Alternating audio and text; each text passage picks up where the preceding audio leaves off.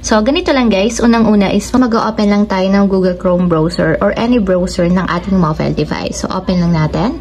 And then, after yan guys, dito sa search bar is ito-type lang natin is oros.bir.gov.ph/home. So, ganito guys yung ita-type ninyo sa search bar. Then, search lang natin. So, ayan guys, pagka-open ng website, hanapin nyo lang yung new registration. Then, itap nyo lang. So, dito guys, ang pipiliin natin as an individual. So, tap lang natin. So, ayan guys, pagka-tap nung as individual, i-scroll up nyo lang.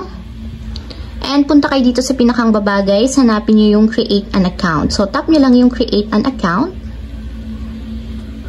Then, after nyan guys, i-scroll up lang natin hanggang sa pinakang dulo and basahin nyo yung terms and conditions nila. And then, i-check nyo lang yung checkbox guys. Then, scroll up ulit natin and tap natin dito yung agree. So, ayan guys, dito naman is magpipill up tayo. So, dito guys, ang pipiliin natin is taxpayer. So, tap nyo yung taxpayer.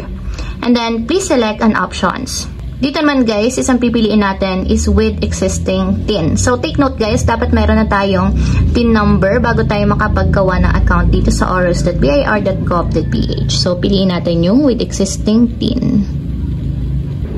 And then, after yan guys, dito is pipilapan lang natin yung information. So, lalagay nyo lang guys is yung TIN number, first name, middle name, last name, suffix name, date of birth, civil status, gender, and then maglalagay din tayo ng ating email address, and then mag-create naman tayo ng sarili nating password. Then dito sa baba is i-confirm lang natin. So ayan guys, fill upan muna natin yung information. And ayan guys, after nyo ma-fill upan yung information, so tap natin dito yung I'm not a robot. So tap lang natin. So pagka-tap guys, tap na natin yung register.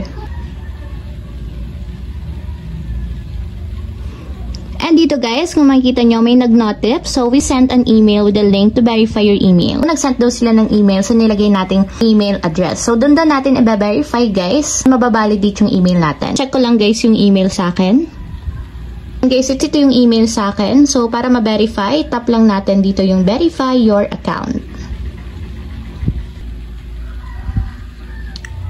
So, ayan guys, may mag-i-email ulit sa inyo. So, ganito yung nakalagay. So, yan, ibig sabihin guys, activated na yung account natin and nakagawa na tayo ng account sa oros.ph.